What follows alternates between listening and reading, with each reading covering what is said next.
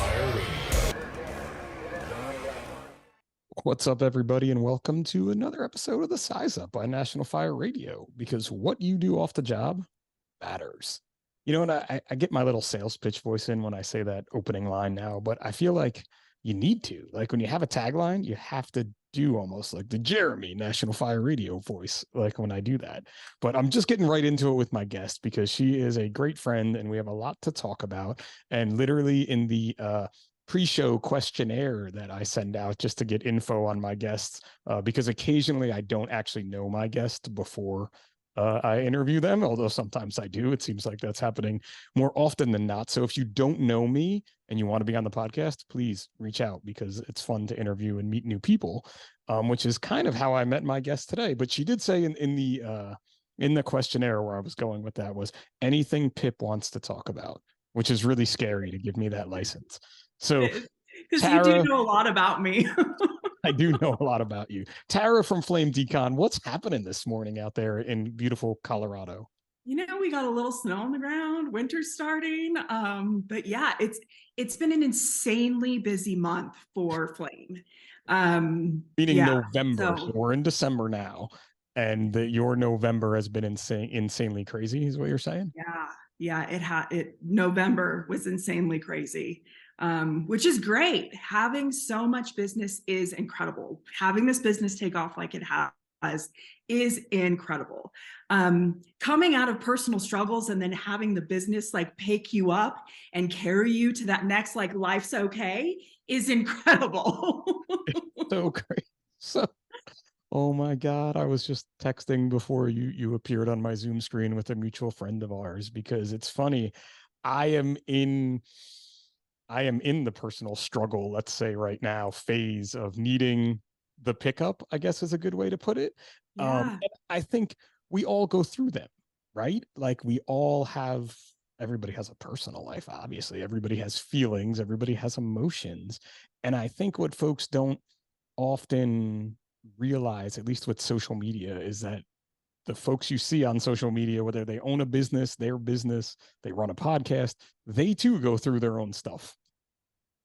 Absolutely. Absolutely. And the thing is just like anybody else, like whether you're, a secretary at an office down the street or you run a business, when you're going through personal struggles in life, like life goes on, work goes on, you still have to get things done.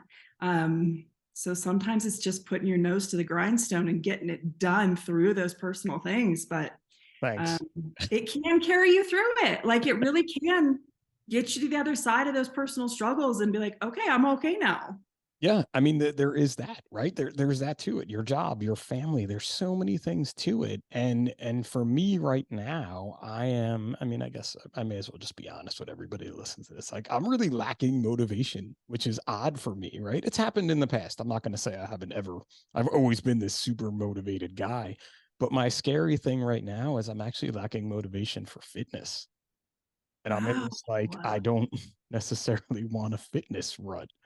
And for me, fitness has been like my salvation. So it's kind of a weird place and I'm working through it. We're going to figure it out. We're going to work this one out. It is. So it's totally out of character for you. And so that's when you stop yourself and like do that gut check of like, am I okay? Like, what do we need to figure out to get back on track here? Yeah. So which is even scarier, right? Because I've been doing that gut check for like a week now. And I'm like, what the hell is this? What is going on with me? Is it the podcast? Is it the not-for-profit? Is it work? Is it my family? Is it, some stuff that's going on in my personal life? Like, what exactly is it? And why is it? Because it's cold in my garage, because it's super cold in my garage again. Maybe it's just cold in the garage. I mean, like, right? It could be just that simple. Maybe it's just cold in the garage. So it's been interesting in my fitnessing life here. So and we're definitely going to talk about this topic later. But I set a personal goal that I was going to fitness every time I was on shift. I was going to get a little bit of fitness in at the firehouse, 10, 15 minutes. I don't go crazy. Everybody knows that I don't do crazy workouts at the firehouse because I feel like that's not a smart idea. And the only time I wasn't going to do it when was when I was acting up as the deputy chief. Lo and behold, my chief had an injury, he had surgery, and for the past 6 months, I've been assigned to the chief's car. So that streak I had going pretty much got stopped. There are a lot of fire chiefs out there that can work out while they're on duty.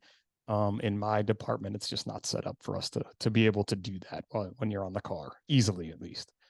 Um, Yeah. so I went through that 6 months time frame where I wasn't really able to work out. Monday, I was back on the ladder and I'm like, I'm going to work out today. And the day just went south and I never did. And one of my guys was like, you could always find time. And I'm like, you're right.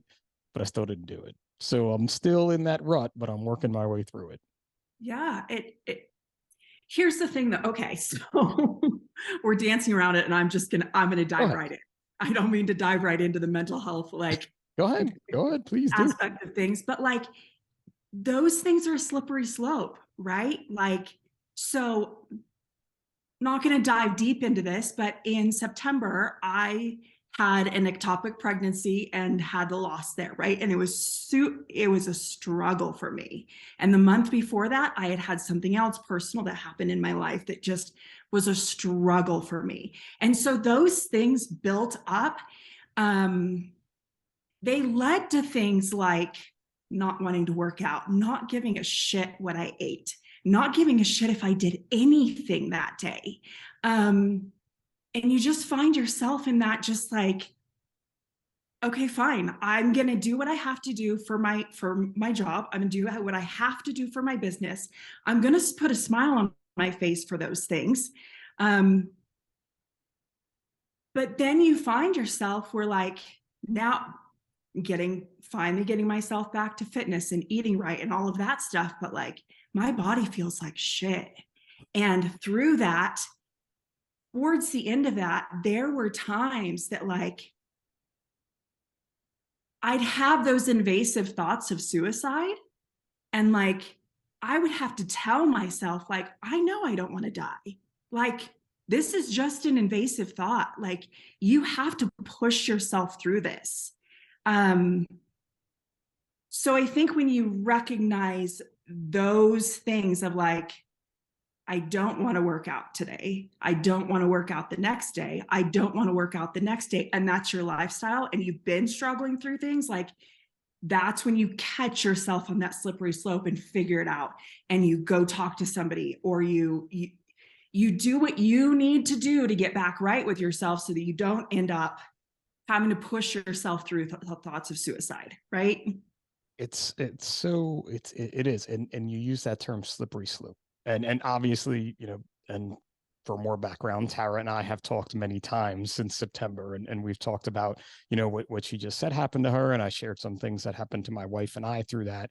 And it was so, I don't know if I was helpful to you at all, but I know that it was someone for you to talk to, right? And that's such a big part of this. And I feel like this is what I'm doing today with you for myself, and with, I mean, I'm just going to say it now, our good friend Lenny from Notorious Fire, who I'm just was texting with this morning about I this. love Lenny. He's such a great dude. He really is such a great dude. And even last night, I finally told my wife, which, I pretty much, I was like, before we went to bed, I'm like, just not feeling it these days, Trey. And I don't know what it could be. You know what I mean? But it's that right now I'm on the slippery slope, right? And I am not in a position of those invasive thoughts of anything like that. But the recognition of it is so helpful and so scary at the same time too, though, because now I'm searching for what it is. Like, do I need to slap myself in the face and just get up and move? Do I need to, like, today I was thinking, it's actually funny. One of my neighbors came running by my house. She runs every day. And running, as I've talked about in the past, was like an original salvation for me. And I'm like, maybe today the sun's out. Maybe I'll just go for a run after the podcast and see how I feel. Like, no weights, no loud music, obviously, but like go out in the cold and hit like a mile or two. I know I'm not getting a long run in today, but that may Yeah, just be it. That slippery slope then becomes less slippery, right? absolutely. And it's those little things like that you can think of to bring yourself back and keep doing them. And if they help, great. If not, figure out something else and do that too. Yeah. Well, my new Christmas lights are coming this weekend, so I'm very excited about that. Which is like, in a way, that's exciting and sad, like because it means I'm old and I'm thinking about the exterior illumination of my house, like Clark Cluck and Griswold is going to make me happy when I'm out there, and it's going to be a lot of cursing and like hopefully I don't fall off a ladder. But this house is going to look badass this year. That excites me. Sad. That helps because I was going through all of that. I put up my Christmas tree before Halloween. I was like, Oh, hate me if you want, come for me. I don't care. Life is crazy. you didn't I post about it feel on joy. social media though, so that was good because I think I might have come after you for that. So good call on not posting on that. You know what's really sad? Our local Christmas tree farm just posted yesterday, or like one. I have a loads of them, but the one that we like to go to, because it's also attached to my favorite brewery. They ran out of Christmas trees already. No way. I'm Yeah, telling so you, everybody needs a little joy right now. they do, and I got a little sad. I'm still gonna go there and drink beers this December, and maybe I'll go buy my Christmas tree somewhere else, and then we'll drive there and drink the beers. But it has to With it be on like, your car. yeah, yeah, with it on my car for sure. And When you because I get know there them, for I know beer. the guys there, I know the farmers, I know, it's a family farm now. Um, That's awesome. it's crazy when you think, totally digressing, but like a bad year 6 years ago, like a bad weather year, is what's affecting them now in the growth of the trees. So they have to limit how many can get cut down because if not, Oh, they'll wow. next year Yeah. Dang. dropping knowledge bombs about Christmas trees, Yeah. right? Interesting. Yeah. But that's something you found joy in, right? Is having that tree up. I guess it was lit and decorated, or did you just put the tree up? Lit and decorated right now and right on the other side of this Now is laptop. okay. We're post Thanksgiving. Now I'm 100% okay with it. Like I said, I'm glad you didn't tell me before then. But it's finding those things that bring you joy and bring you just that little bit of cool. I can get through this. Yep. Absolutely. And again, I Yeah. had no plans to talk about this on the podcast. It was anything Pip wanted to talk about. This was the last thing I wanted to talk I about. know. And then it just started that way. And I was like, I all know right, well, let's do it. So people aren't like, what are they talking about? people that have no clue who you are that listen to this, like fitness people that follow me and just different people, are like, who is this woman and What does why is she she just do? babbling to Pip? So, What, yeah. Is she related to the fire service at all? like anything at all, how did she come into Pip's life? Where the backstory I just left behind, Totally. we went right into it. But our Oh, backstory is kind of funny too, because we met on a now mostly non-existent social media platform called yeah. Clubhouse during the pandemic. And I guess Flame, your company was just starting then, right? Yeah. It really was. Gosh, I launched into research in early 2019, but first product came out in 2020. So yeah, it was just starting. So I met many of you on Clubhouse. Um, and you guys really helped me get it off the ground, you know? Yeah. It's funny because like you feel like it was just yesterday, but it wasn't. And you're really trying to remember. And basically for the folks out there, Tara's company, Flame Decon, is she makes soap, both shampoo and body wash, that now is scientifically proven to remove contaminants that attach to our skin while we're at fires. Very simple way to put it without the science. Tara's really Yeah, smart. I am not. absolutely. Yeah. And this whole thing, you know, when you go to a fire, you've always smelled after the fire, like you were near a fire for anyone that's been near a bonfire, but it's way worse. And then days later, you'd be taking a shower and you would wash your hair and you would be like, I smell fire again. And those contaminants, which we didn't know they were contaminants until recently, let's say, we just thought, it was just because you were near a fire. No big deal. It smells. Smells fires, Yeah. just like we have I have a fireplace in my house and Tracy hates that smell in the house. I love it, the boys love it, but unfortunately mom is not a fan, so we don't use the fireplace that often. But it was more than just a smell. What we always thought was a smell was actually causing serious health issues to emergency providers.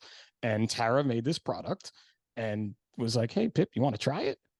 Okay, sure, I'll try anything. I just met you online. Seems like seemed like a smart idea. Just try this product on my skin. Maybe it'll, burn my skin off, but I'll give it a try. And it didn't. And what it did was, I'm like, I don't smell like fire 3 days later, Tara. So this is great. And Tracy pointed that out to me. Did I get the story in a nutshell? Yeah, absolutely. And I love that. I love that it's often the wives, the spouses that are like, wait, you got a fire yesterday or 3 days? You don't smell. I can't smell you. But yeah, you're absolutely right. It removes the carcinogens from your skin so that you don't smell and they don't continue to absorb, which is huge. It's so unreal. Like, and I tell people this all the time. And I think everything that I've been involved in, everything that you're involved in now over these past, I've been in the fire service over 20 years, over these past 10 years of pushing fitness, but it all goes into that health and wellness category, whether it's how you're taking care of your body, how you're taking care of your mind, how you're taking care of your skin. Prior to meeting you, I met a firefighter who had skin cancer. Um, and we were eating like a buffet like lunch at the conference we were at, and they had guacamole. And he told us about how avocados get transported in open air trucks with the diesel soot landing on them, and then how porous avocados are. And you're listening to a firefighter who's had skin cancer tell you about this whole avocado thing, and I have like a heaping whop of guacamole in front of me, and I'm like, all right, I'm just going to push this to the side. And Those not things that you just don't think of. I have never thought of that before. And you see trucks like that with oranges, potatoes, Yeah. So avocado. the diesel output of that truck is usually a high smokestack, and the truck is moving, and so all of the exhaust is Totally makes blowing sense. back on them. And avocados are, which I learned this day and I never will forget, are very porous, and they just kind of suck that in. So you're essentially eating great Cool. So I'll be in the avocados. backyard starting my garden this afternoon.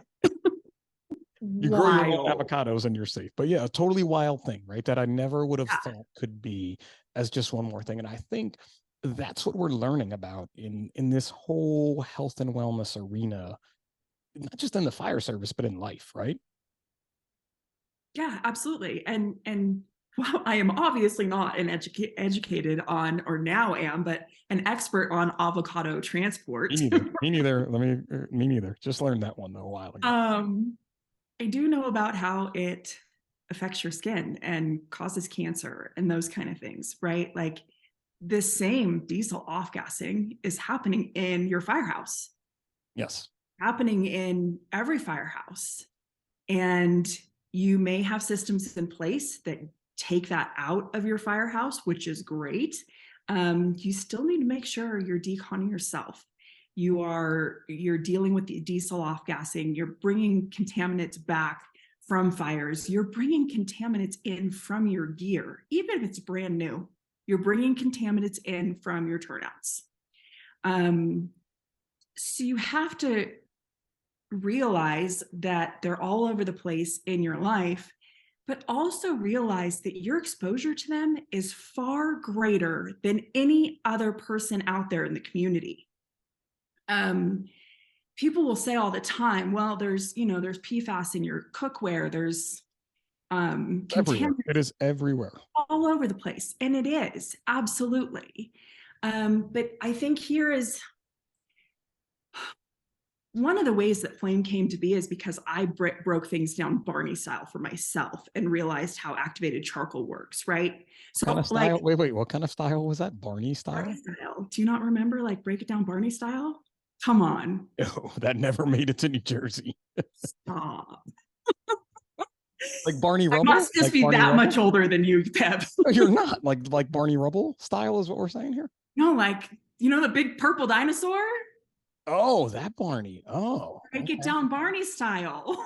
Jeez. Oh, I'm glad I missed out on that one. Go ahead. Go back to your Barney style now that we Cool. know. Okay, use that as a sound bite.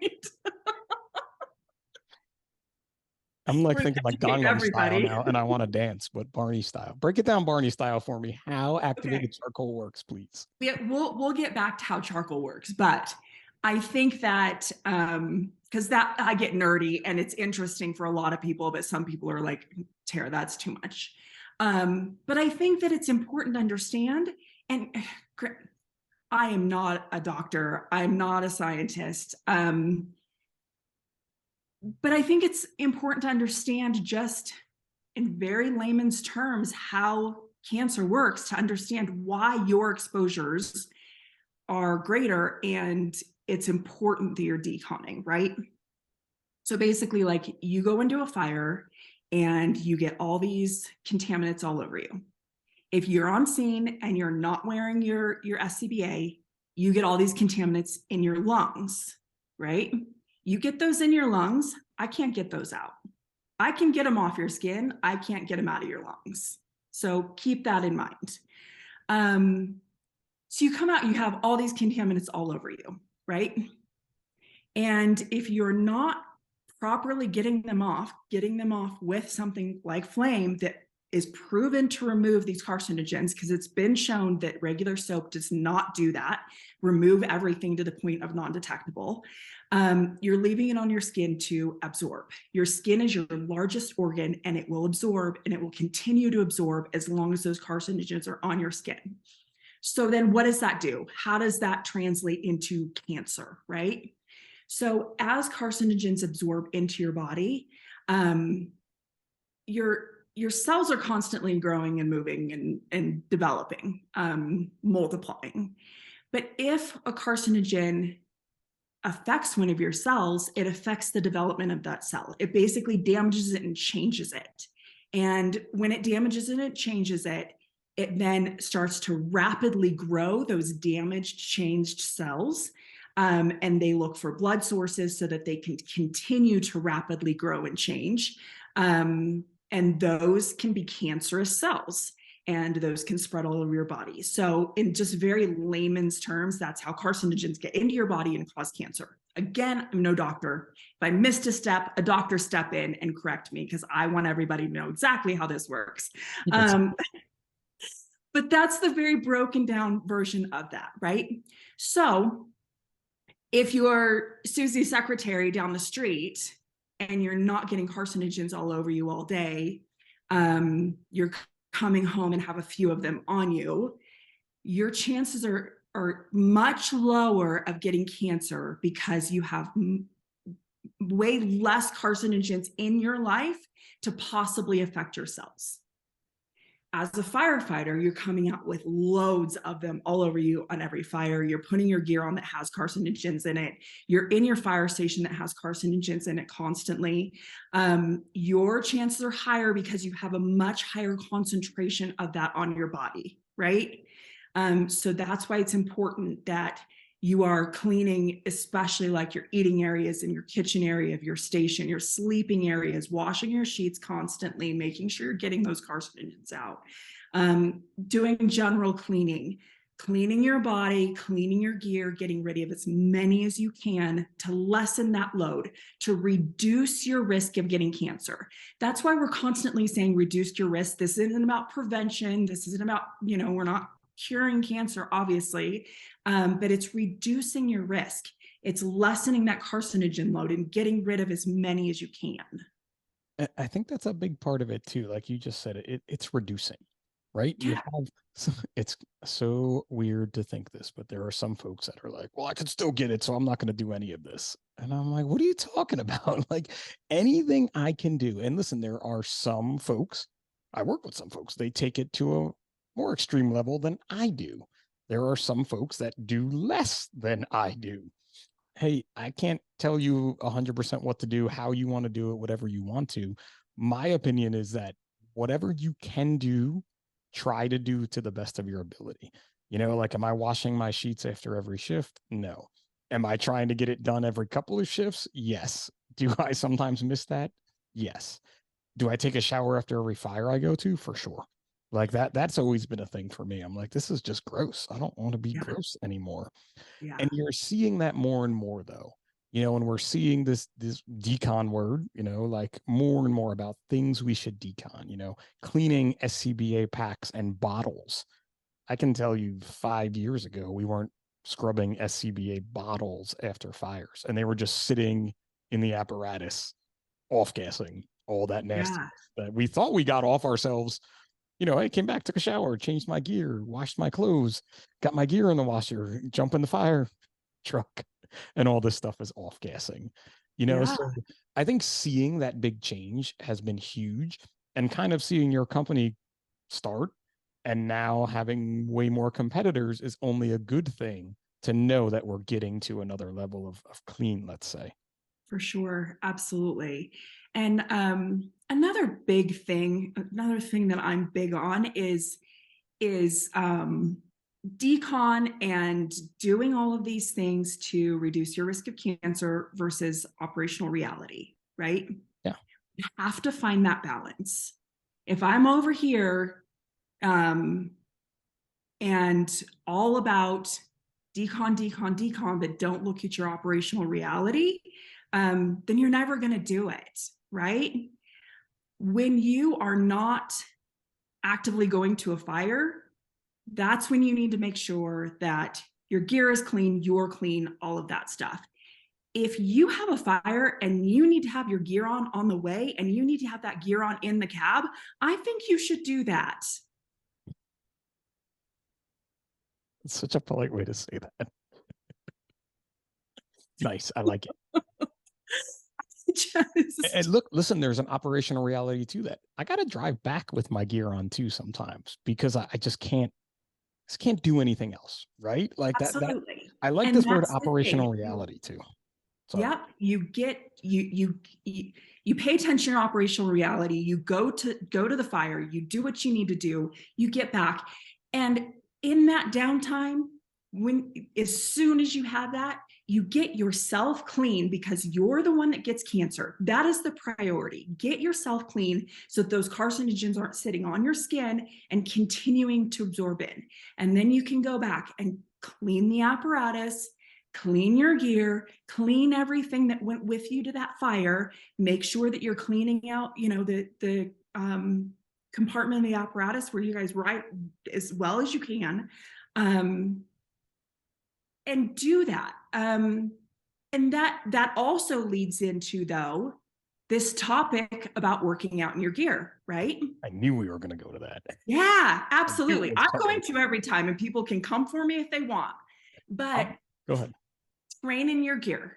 Train in your gear whenever you need to train in your gear. And training in your gear means that if you are training anything that actually has to do with your job, wear your gear so that you know that, like, you can do this in your gear. You can throw ladders in your gear. You can drag hose, whatever you need to do in your gear, right? But when it comes to working out, there's zero reason that you need to be doing CrossFit in your gear. There's none. It's all ego. 100%. There's so many other ways that you I've done can it. wear a weighted vest. You can do what like. And even What do you think, Pip? knowing so I have been a proponent of don't work out in your gear for not as long as I can remember. I have worked out in my gear. I've run 5Ks in my gear. I've done some CrossFit workouts in my gear.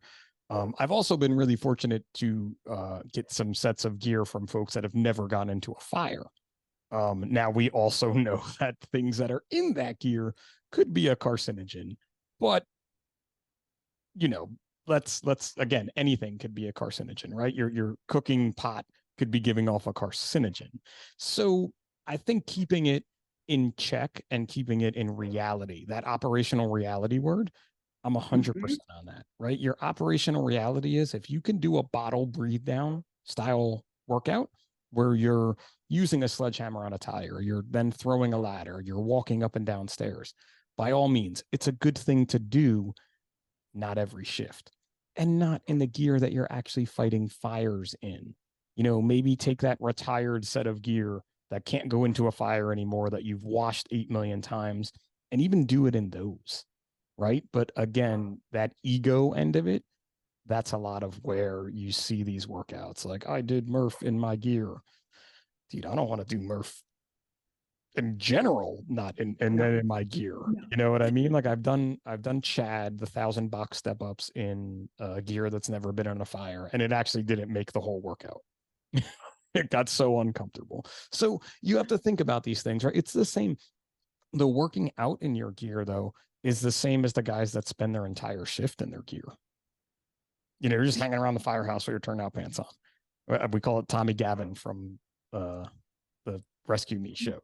Dennis Leary just wore his turnout pants everywhere. You're just wearing it more than you should and exposing yourself more than you should, more than you need to. Yeah, there's no reason. Reducing that 100%. risk. Yeah, and reducing your exposure. And all gear, regardless of whether it's been worn before, has carcinogens in it. And that layer that that they finish the gear in is PFAS. There's no denying it. No one can deny that the gear that is made to protect us has carcinogens in it. Yeah, it's constantly sloughing off. So you have to make an educated decision for yourself of how much you're willing to expose yourself and your family. It's the same to me as your family and your gear. smoking cigarettes, right? You know, cigarettes are a cancer causing agent, no doubt, 100%. There's warning labels. It's been for years. We've seen lung cancer cases, I guess, decrease with the decrease of cigarette smoking, I guess I'm not a scientist. I don't have the numbers, but you know, we've seen that. But at the same time, you still have people smoking away. Like, what are you doing to yourself? And the same with vaping now. Now they're saying vaping could be the same. And I'm like, why would you do this? You know, it could be bad. Absolutely. Absolutely. I've always talked about when I would teach or when I would lecture about fitness stuff to EMS folks more, is like, I've been on these calls at 3 a.m. with this like emphatic, barrel chested 90-year-old smoking with her oxygen in her nose situation, and having my partner, when we get to the hospital after the call, like complaining like, oh, could you believe we had to take care of that person again, or blah blah blah, and looking over while they're lighting a cigarette next to me.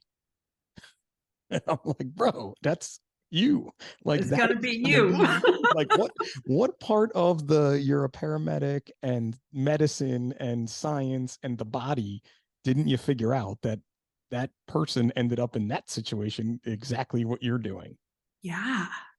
And it's the same as what we can do at work. Like, again, operational reality is such a great word, because listen, there are some folks that can't necessarily get back to their firehouse and get a shower right away, who can't clean their gear right away because it needs to stay in service.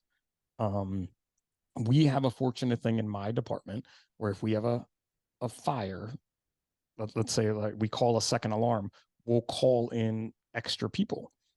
We've now didn't even realize kind of the importance of that. We wanted their help at the fire, but now we want their help with the fire. Then we want their help when we get back, because that allows someone else to stay on the apparatus.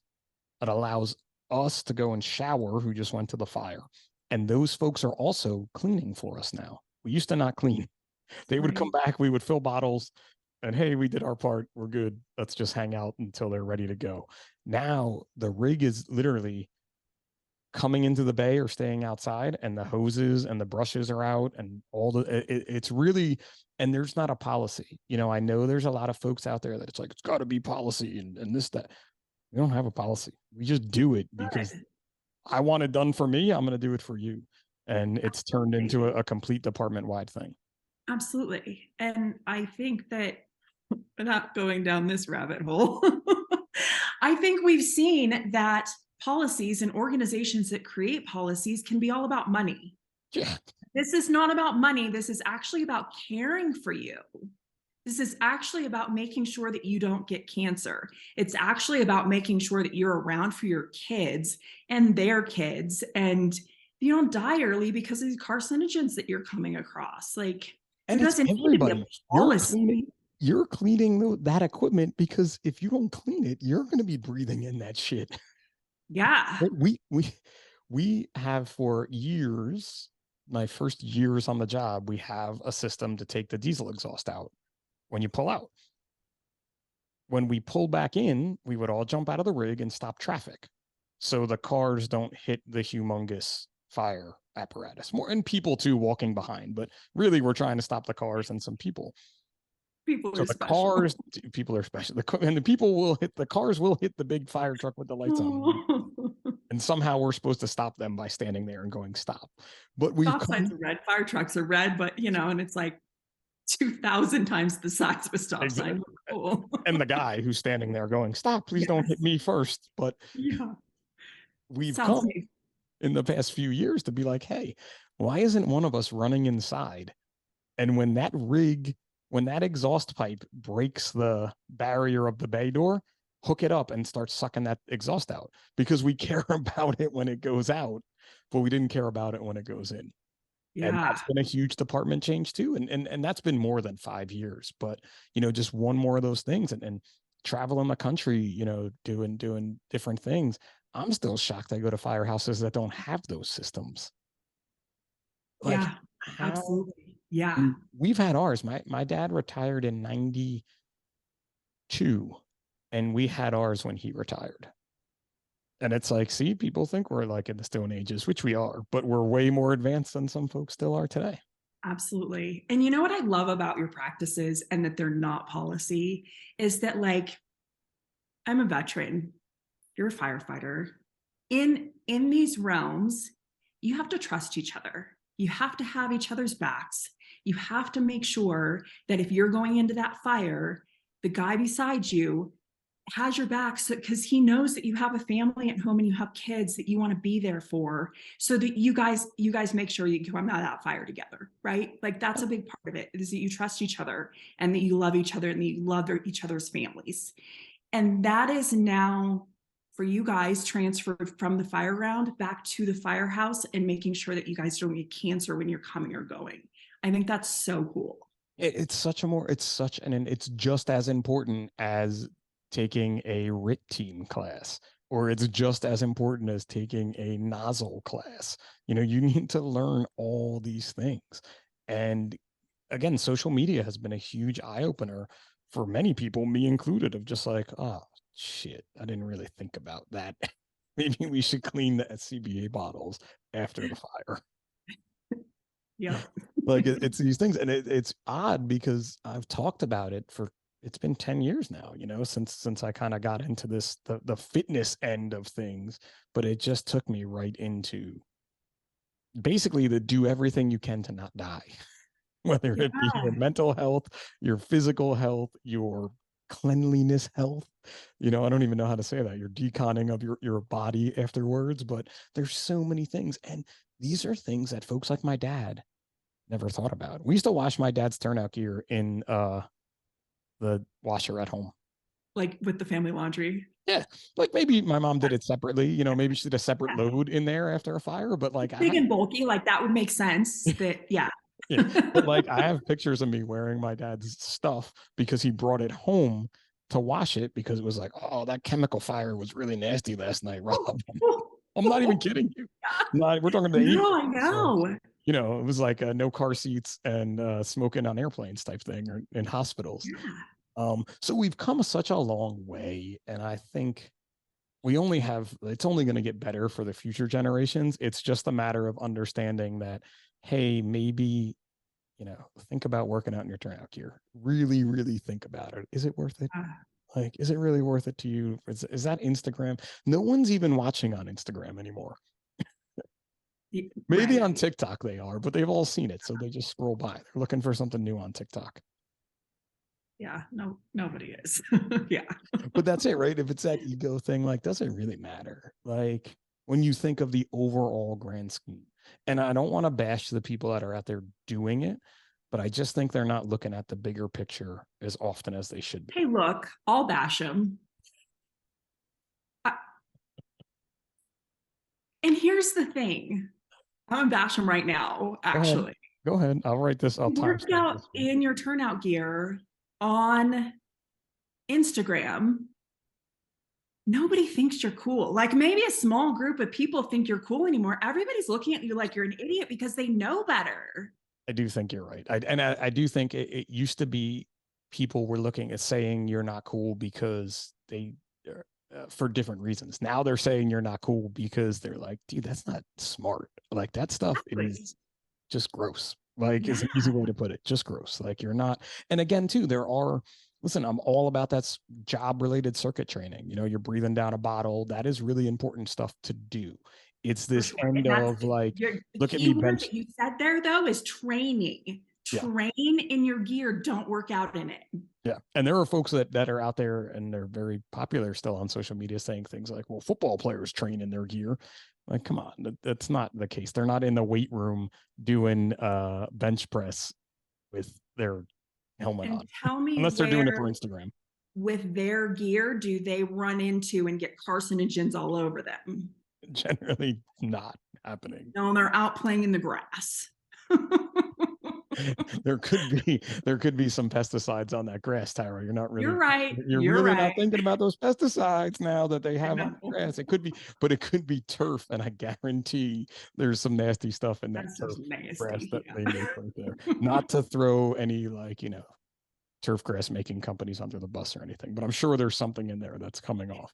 It also too, and I want to get into some other stuff, but we're still talking about this. I know you've talked about it too, but it's the fact that we go into a superheated environment that's also aiding in our pores kind of opening and being more susceptible to this stuff. And having your gear on alone is a sort of superheated environment, not superheated. Yeah, Definitely making your pores open up as you sweat. absolutely. Your pores open up and allow those carcinogens to absorb in while you're in there, right? Um, and so when you come out, this is another thing that there's a lot of chatter about, of like, um, when you do come back to the station and shower to get those carcinogens off of you after your pores have been so open and then close down again. And how are we supposed to shower? Are we supposed to shower in a cold shower? Are you supposed to shower in a hot shower? Are you supposed to look? So one thing I don't talk about often is I actually have my esthetician license in California. That was like my first career ever. I knew So that. I know a thing or two about the skin. Um, For the folks that don't know, so an esthetician takes care of your skin. yes. When you Just to go to like a spa or medical spa or something like that, they're the people who do like facials and waxings and help your skin be healthy and thrive. I do feel like a facial may help me in my general blueness right now. I was listening to I talk about Smart List. I'm gonna get on Smart List someday, even though I'm not famous, because I talk about them on every episode. They were talking about getting facials, and I'm like, it's been a really long time since I've got these blackheads dug out. Maybe I need a facial. Go get a massage and a facial. You'll come out feeling like a new person. So massage I do as part of my regular wellness routine. Nice. Yeah. However, I'm actually, we're talking about doing an episode while Lisa is basically breaking my body. I don't do the relaxing massage thing. I do the like, Lisa used to be a bodybuilder and she gets in places that tears are coming out of my eyes, but I feel so much better then. Right. Because the next day, like you're like, okay, I can breathe again. Yeah, Yeah. Yeah. You're totally. like, oh my God, I can move my shoulder again. Where if you just do that relaxing Yes. one, I'm like, this has been like, if I thought my this head like, just stopped moving that way. this like thing, it's just no dice like on me. No. I need like, Yeah. you need like an elbow in there, or like Yep. she uses her Yep. knuckle somehow. And I'm like, how tough are your hands? I All have right. real knots in my back. Like, make those go away. You do. Yeah. You totally make them go away and it's totally worth it. You just got to deal with some pain for a little Yeah. while. But anyway, back to your skincare Okay. routine. So Skincare. showering after. Yes. Here's the deal. Yes, you've opened your pores, you've allowed carcinogens in, but there are still all kinds of carcinogens sitting on your skin, right? So when you get back to shower, you don't want to shower in a cold shower because that's going to close down your pores, and any carcinogens that are sitting in those open pores, it's just going to close them up and you're going to trap more carcinogens in, right? You don't want to shower in a super hot shower because all those carcinogens, if you get in a hot shower before getting that stuff on you to get the carcinogens off, it's going to open up your pores, allowing more to absorb in, because we already know what happens when your body gets heated, it absorbs in, right? So that initial shower, you want to have it be very comfortable, tepid, lukewarm shower so that it keeps your pores where they are. You use flame to remove all those carcinogens so that they're non-detectable on the surface of your skin. If after you do that, you then want to, turn up the heat a little bit and open those pores and do it again, that could be beneficial. But that first shower, lukewarm, tepid, don't let your pores go anywhere. So good. My firehouse is so old, we pretty much only get tepid water. We get ice cold, Perfect. tepid, and then maybe after, if like it's been running for an hour, you get super hot. So at least, hey, we're doing something right in this joint, Hey, yeah, this old joint yeah. right now. I do like how you snuck flame in there too. You're like, use flame, and then you go to the cold water. That was a very Well, good commercial. listen, I liked it. it's been shown that after you use flame, carcinogens are undetectable. They're not detectable on your skin. And So it's cool too it's for what you're supposed to use. if you go on Flame Decon and you scroll back on the IG page, Tara actually has the science.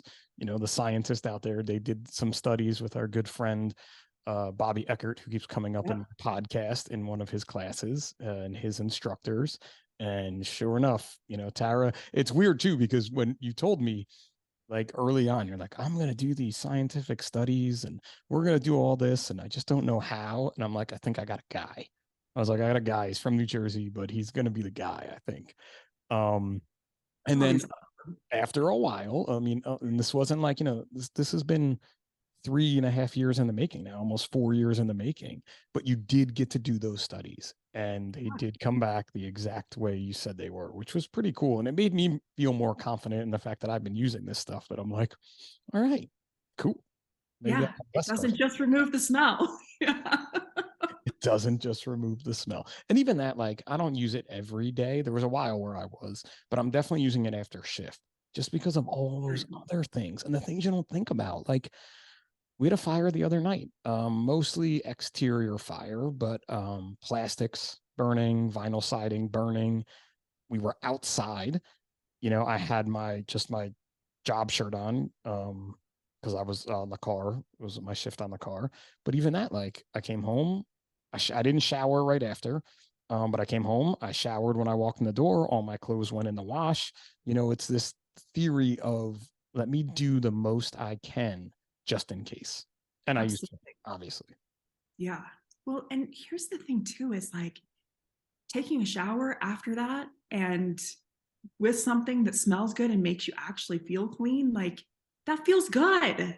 It is. It's very. In a chore, like that feels good. It was definitely one of the earlier things I said to you on Clubhouse after you sent me some. Like, I feel good after these showers. I smell good. I felt like the stuff came off, and I had already been using it's charcoal soap that I got at street parking camp, like lava soap or whatever it was. And I'm like, this stuff really makes me feel clean. And then you just came out with one that helps me in my career, type of a thing. Yep, I that's still awesome. can't brush my teeth with it though. I can't bring Yeah. myself to brush my teeth with charcoal toothpaste. Where what was I doing? Oh yeah. So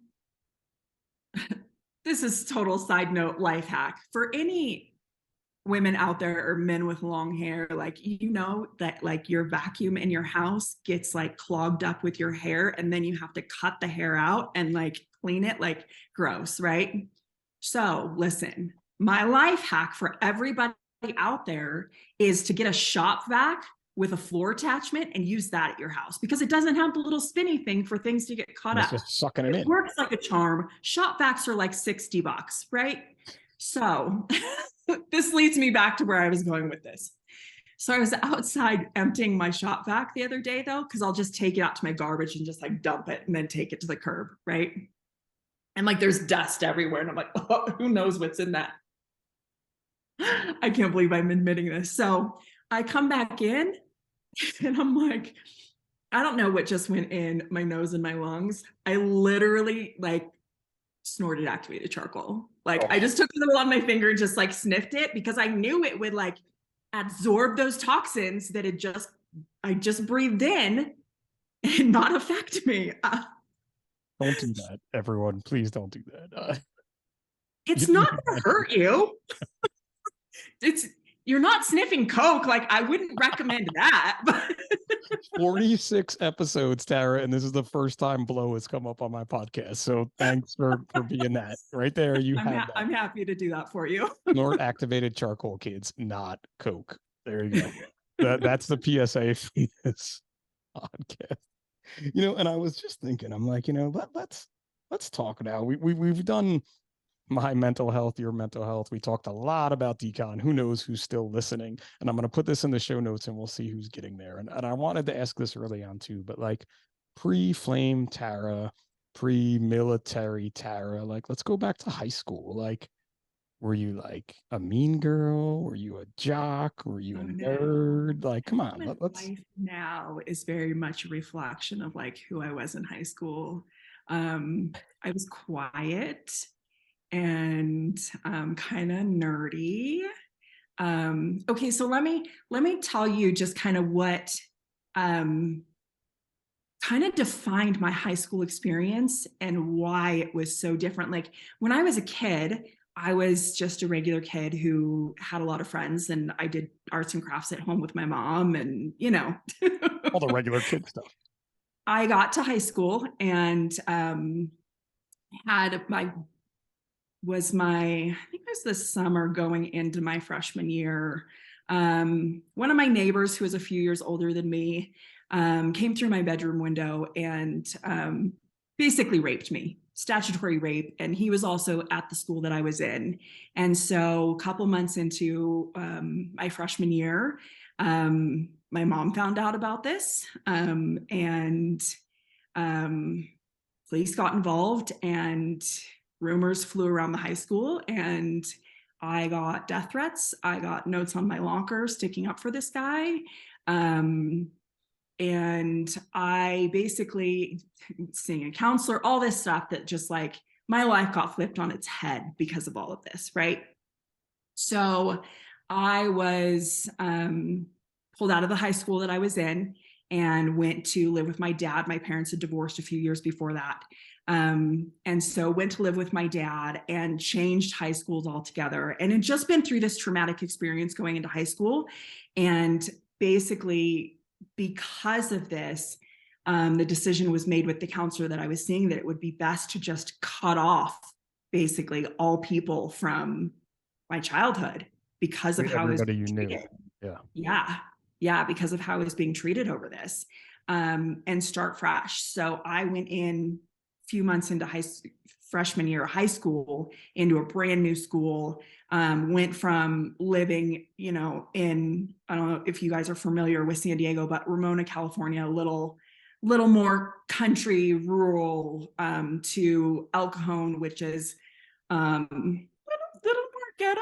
A little different. Just say a little different. Yeah, totally. And just having to start over and make new friends and stuff like that. So I was just in high school, I was starting over, making new friends. Yeah. Which definitely sucks in a way, but also has probably defined you into the person you are today. You don't appreciate the things like that in the moment, and not that you should appreciate what happened to you, but it's that change that your resiliency started then, even when you didn't know that it was, or even what that word was at the time. Totally. Yeah. I could write a book on character building from trauma experiences. Did that kind of stuff? But it's true. Did that affect you or your decision to go to the military at all? Or was that kind of in the car? You were thinking about that anyway, or just, you walk by a recruiting officer and you're like, oh, I'm going to join the military today, like some folks do. Yeah. So after 9/11, it was, 9/11 happened, and anybody who was alive and could understand what was going on, we all cried for our country, right? We all band together and cried for our country. And it was something that really affected us all very deeply. And I think there are a lot of firefighters who are firefighters today because of 9/11. For sure. And military members as well. That people, it was the first time yeah. my sister, when I talked to my sister, I don't know what time it was, 1 o'clock in the morning on the 12th when I got back. She's like, "You are not enlisting," and I'm like, "What?" Like I was like, I can't even process what I just did or saw today. And Yeah. she's like, Yeah. I love you, but I'm forbidding you to enlist. And I'm like, wait, I don't even understand what that meant at that moment. Yeah. What are you talking Like, yeah, about? I'm like, I just want to go to sleep again. Like, I want to have a beer and go. But but that was something that a lot of people became firefighters or joined the military after. Yeah. So, and it wasn't like 9/11 happened and then I was like, I'm joining the military. I was affected deeply, like everyone else in the country. And it was after the first ship that came back from deployment in the Middle East after 9/11 that was on that mission. And news crews were in San Diego interviewing sailors as they got off the ship. And I wish I knew who this girl was. They interviewed a particular female sailor coming off the ship, and something about her interview, it was just a calling. I was like, I need to do this. It was, they were over there serving a higher purpose and fighting for our country and to make sure that that didn't happen again, right?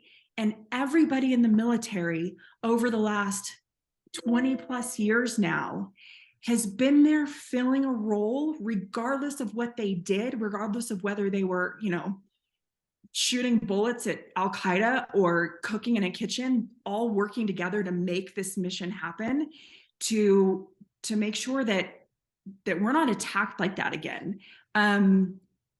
So one, it became a calling for me, but two, it ignited this patriotism in me that will never die. Like, Which if you see me we being talk about a passionate lot. about our country, like that's why. We still talk about that a lot, that some days you wish the country was kind of like it was the days following September 11th, because it was a very different feeling. um Yeah. for me being here, obviously the days right after, it didn't come to us until a few weeks or months later, I guess. But you had that feeling, and that sailor that you spoke about, and all the military members that were uh, enlisted prior to 9/11, that was a very long peacetime for our country. People tend to forget that there were things happening, but nothing on that scale. And those Yeah. folks were just, hey, I'm a sailor on the 10th of September, and on the 12th of September, we're going to war for a very large purpose. And I know that affected so many of them. But for you to be able to remember that interview and kind of have that as your point to say, yep, that's why I decided to join the Navy and serve my country, is just, it's a good story. I wish I knew it earlier. Yeah, thanks. But yeah, I mean, and I wasn't a trigger puller. I was a journalist turned mass communication specialist and got to tell the stories of a lot of different people in the military. During my last few months or couple months, I got to go over to Thailand, where for a joint service, joint country exercise, where I got to train a lot of people in communications, specifically about our global war on terrorism. Um, so there were little things that I got to do to play my part, and I'm proud of that. Like, You should be. other Everybody. people have done Listen, more, yeah, but it's the same as I'm people super saying proud to like, have served. you're still super proud to have made Flame to help people you Yeah, don't even know. You should be. That's another thing that social media has highlighted, social media has made negative, and of like, I'm not doing this for me. I'm doing this for so many other people. I happen to get a lot of accolades because of it, and things happen to me or you because of this. But in reality, I'm doing this for everybody else. You know what I yeah, mean? Like that's really the overall. It's the same as this. Like, I hope some little kid listened to you just say that and they're like, oh, maybe I'm gonna go join the military now.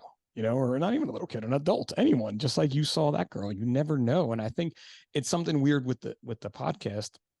And Jeremy and I just talked about it on whatever episode we were just on together a few weeks ago, that like people feel like their story doesn't need to be told, or that they don't have anything to contribute. And each and every person has something to contribute to society, to make society a better place. And podcasts right now are just a way to get that message out there. yeah, absolutely. You're so right. So please, if you want to come on the podcast, it'll be my commercial now. Come on, we'll tell your story in whatever it is. You never know what it could be or anything like that. I mean, even today, Tara and I have known each other for going on 4 years now, just about almost 4 years. And I didn't know some of those things about her. I knew a lot of them, but I didn't know all of them. Normally we just bitch on the phone to each other. It's true. It's true. It's true. We have some good conversations though. You know what though? Is that you are one of those friends that I can call and like we'll go off on tangents of ideas and like just come up with some of the coolest shit, like it's I'm fun. pissed. I'm really pissed I didn't come up with um the Die Hard, the Christmas movie packaging that you have. I'm really pissed that wasn't me. Like how I never thought of that is it Well, pains me. thank you. I'm glad you're liking the Christmas soaps. I like it. I like the way it's all like. I mean, listen, Die Hard is a documentary. Like we just had a guy teach. We just had a firefighter teach us an elevator class the other day, and he's like, "Oh, people think, like they're going to be in an elevator and it's going to fall like in Die Hard." And we're like looking around, and we're like, "Hey, buddy, Die Hard's a documentary, man. That happened. Like those things can happen. You just need to stop your blasphemy up there with your this can't happen." John Yeah. McClane's a true hero. So You know something fun about the Christmas soaps is that I had this idea to do scenes from different movies that you guys might be called to, right? And have that be the Christmas soaps and have it be kind of like you guys would get the alert on your phone for a call. Yep. But here's the thing is that like I can watch a movie and I have no memory for them. So I can watch a movie and tomorrow not remember the plot, Gotcha. the storyline, what it's about, whatever. So I had this idea and I really wanted to do it. But in order to pull this off, it took so much research.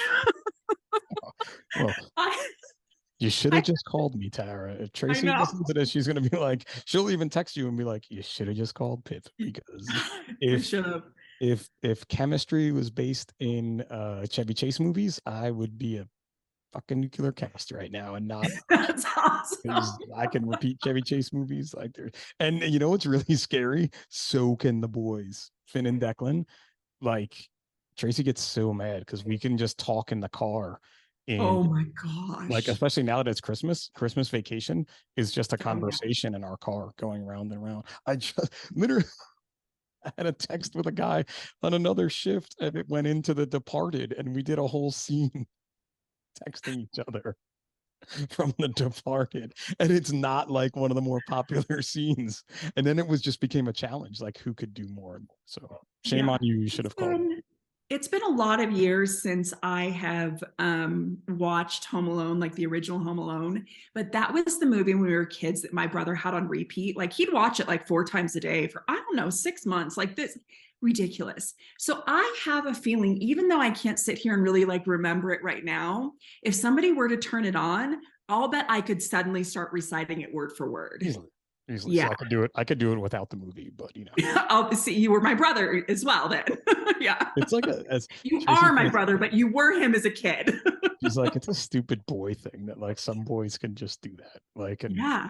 Man, we can talk Top Gun lines in my house. Napoleon Dynamite is used all the time.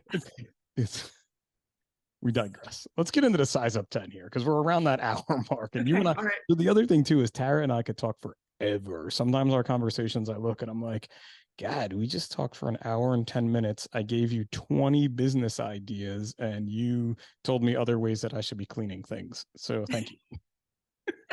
We literally will be like, all right, I'm going to go now. And then 30 minutes later, be like, no, I'm really going to go now. This time I'm really going to leave. So let's hit it because we do really have to. I try to keep these around an hour because you have a very busy day. I'm sure you're still digging out of Black Friday sales or Cyber Monday or Totally Tuesday or whatever, Wednesday. Coming out of that, yeah.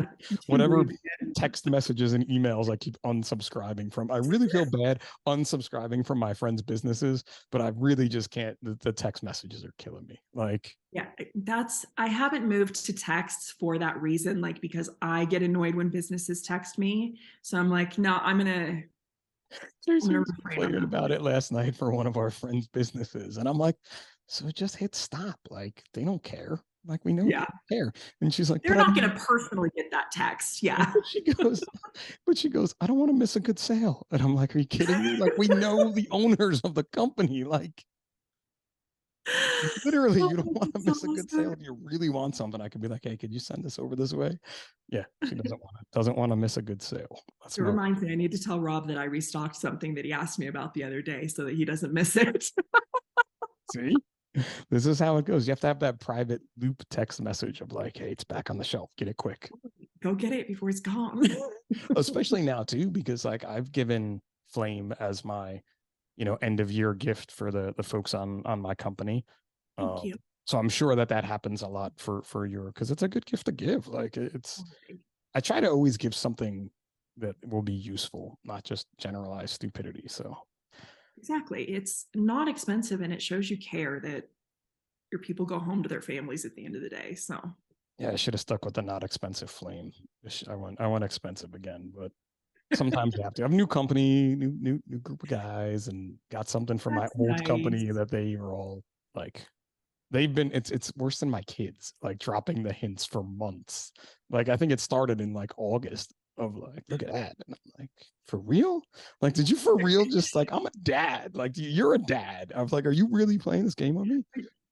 That's so funny. They're like, here's my Christmas list. Almost. It literally almost got to that. Like, and they That's know because hilarious. it's a piece of apparel. So like I had to get their sizes and they just don't know what it's going to look like type thing. But yeah, All firefighter businesses, we all need to come together and create like a holiday catalog so that hot firefighters can go through and like circle things like we did with the Toys R Us catalog when we were kids. it goes out to the firehouses and then you leave it like on a Christmas Story when he leaves the magazine, the Red Rider ad in his mom's Look magazine on her Totally, bed. Like, yes.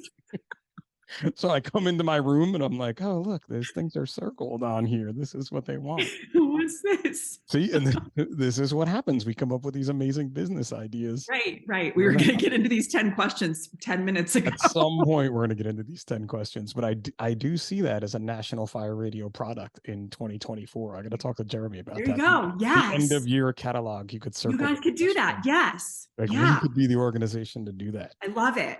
Yeah. This is now I'm going to get in trouble because he's going to be like, oh great, Pip, you're making more work for me. Like you're not Let's going to have to do this. go. Like we're going to be like, Sevi, you got to design a catalog. Poor Sebby.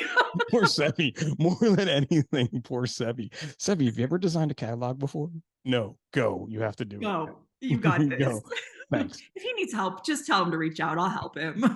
PDF. How hard could it be? We can't do Yeah. that.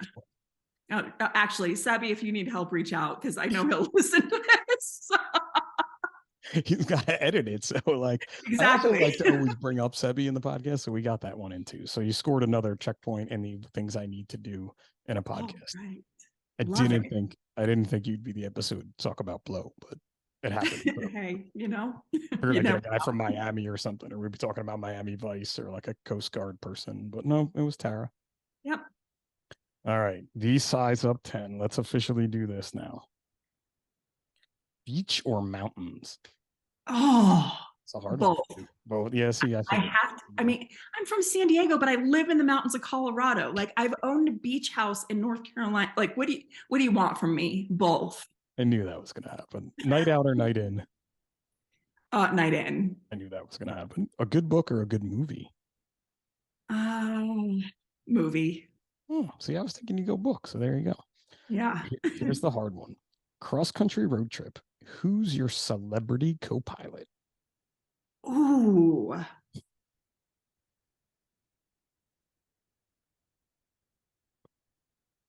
Everyone's in their car waiting.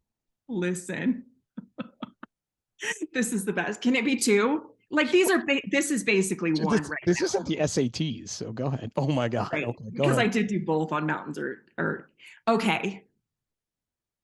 I was not on this train at all You're on until the a few just say months it. You're on the ago. train. Don't I already know where it's going. So go ahead, say it. Taylor and Travis are coming with me. I mean, the whole world would be buying Flame then. Hello. Duh. Like that's all I need is This is Taylor and marketing. Travis. It would be, they would be though, like an it'd be interesting. Easy way to put it. I'm a Taylor fan. Everybody knows that. I like Taylor. Like, I'm all about her music. I'm a Swift. Well, I don't know if I'd go with a Swiftie because I was more of a Miley Cyrus fan before a Taylor Okay. fan. But I do appreciate her music. So that would be a really interesting road trip for sure. It would. I really appreciate how she does what she does. Like she is so smart, Yeah. and creative. Um, I'm not a Swifty by any means. Like these people go down their Easter egg rabbit holes, and I'm like, okay. It's funny though, because the Kelsey brothers, prior to the Tay Tay coming into their life, let's say, have been just as smart with their marketing between their Absolutely. mom, between everything that they've done. If you really, and they're great football players, but their Absolutely. marketing has been amazing too. So Yeah, making their mom a national treasure during the Super Bowl, like, yeah, yeah, super cool. So, I mean, yes, Flame would blow up, and I would need so much help if I brought them on a road trip.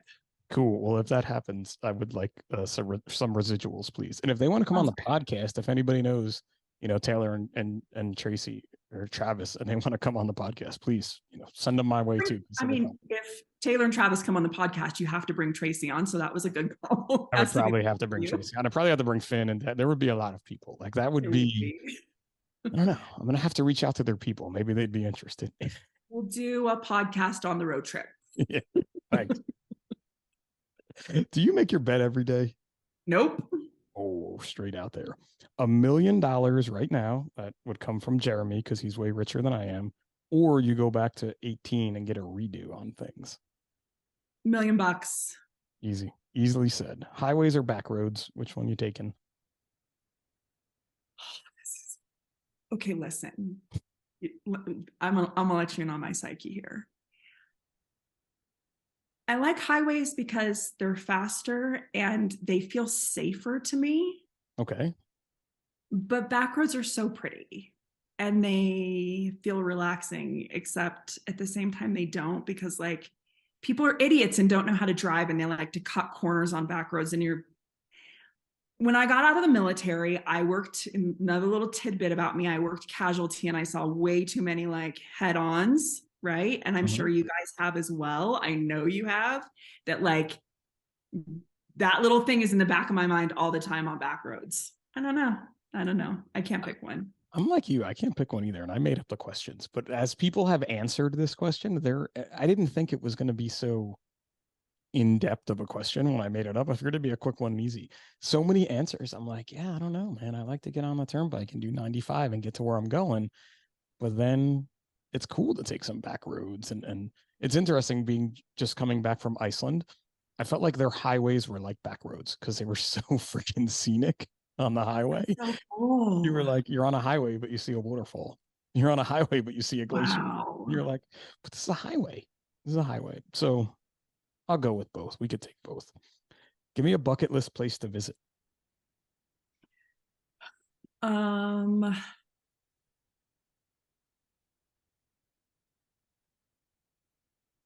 this is gonna seem so just like vanilla of me, but like I'm not one of those people that's like, I have all these places in the world that I need to go. I love being at home. All right. I guess you don't have to answer that one then. No. Okay. um, let me see. Someone's already said Canada, so you can't pick Canada. Which, I have no desire to go to Canada. okay. Um,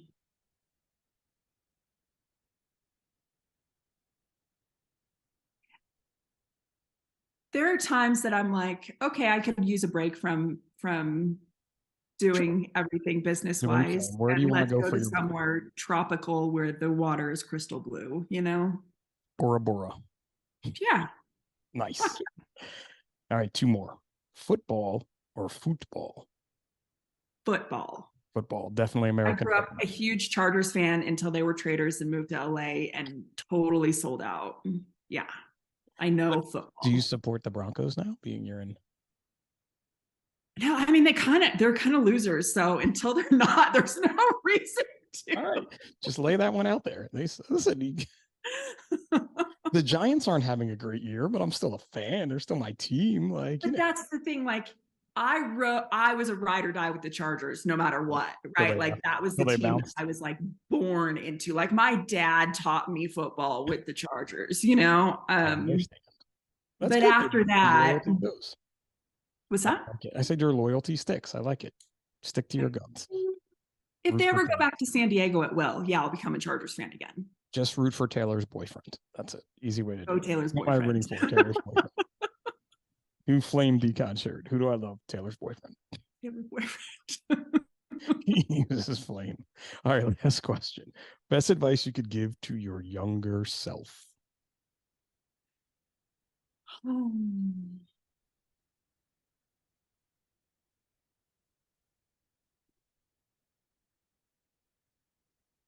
Gosh, there's so much. pick one. Quick tidbit. Pick a tidbit. Yeah, quick tidbit of advice you could give. We're at the 7-minute mark for the quick 10 questions. By the way.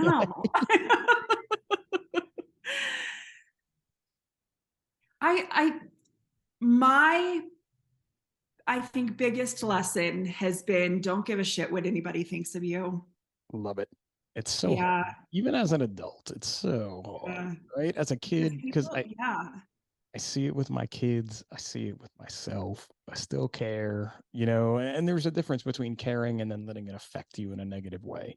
And I think that's what it really matters. You should always care what people think about you or how you're perceived, but you can't let their opinion affect you in a negative way, especially if it comes from a negative place, which is generally, again, another circle. Because I know who I am. I know what I've done. So anybody who's judging me and who thinks negatively about me, who wants to spread rumors about me, whatever, they obviously don't know the whole truth. They obviously don't know who I am, why I do what I do. Like, so it's none of my business. Like, cool, bro. Like, so most of the time I'm finally to a point where I can be like, cool, bro. But that's been a lesson just within the last few years that I've finally been able to do, you know? I think that time in the in the pandemic, that kind of alone time, let's call it, or whatever, even if you weren't alone, but like it got to that point where you're just like, cool, bro, I got more important things to worry about right now than anything you have to say to me anymore. It's interesting that you say that. I think that we all grow in our alone time. Like you grow in that time that you have to spend with yourself and really think about things. And that's and I'll see you bring it right back to where I got to go after this, but it's like my run time. Like when I'm out there running, like it's just and running. I guess that's where I'm going to do this. So thank you, Tara, for coming on my show today. This has been very cathartic, I guess is a good way to put it. For the first time in 46 episodes, where I feel that recording the show has always helped me and has always been a great thing in my life. And I've learned so much. But today, on a personal level, I feel like we've taken our conversations of helping each other. We put it out there in public, and you really helped me, which is I needed today. So thank you for that.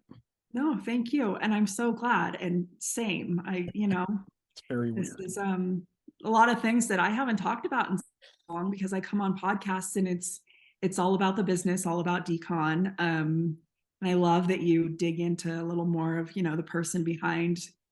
That was my plan. It was my plan. We spent more time on decon than I wanted to, but then we went down different rabbit holes, and your person came into that. So that's what the Size Up is all about, right? And we talked about it right before I hit the record button, because what you do off the job does matter in so many different ways to so many different people, regardless of what your job is. It's not just what my job is, it's anyone's job, and what you do off of it really does matter. Sure does. Oh man, I got all touching. And now you're like, I'm looking at you and I'm like, no, I'm not gonna cry because I just said something. I'm gonna be all right. I'm stay strong here. It's a whole episode, dig deep episode. But listen, thank you so much for your time. This has been a great podcast. So, and I think that's how I'm gonna end it. Appreciate it. Awesome. Thanks to everybody for listening. Thanks to our sponsors that are out there. And until next week, this has been Pip for the Size Up by National Fire Radio.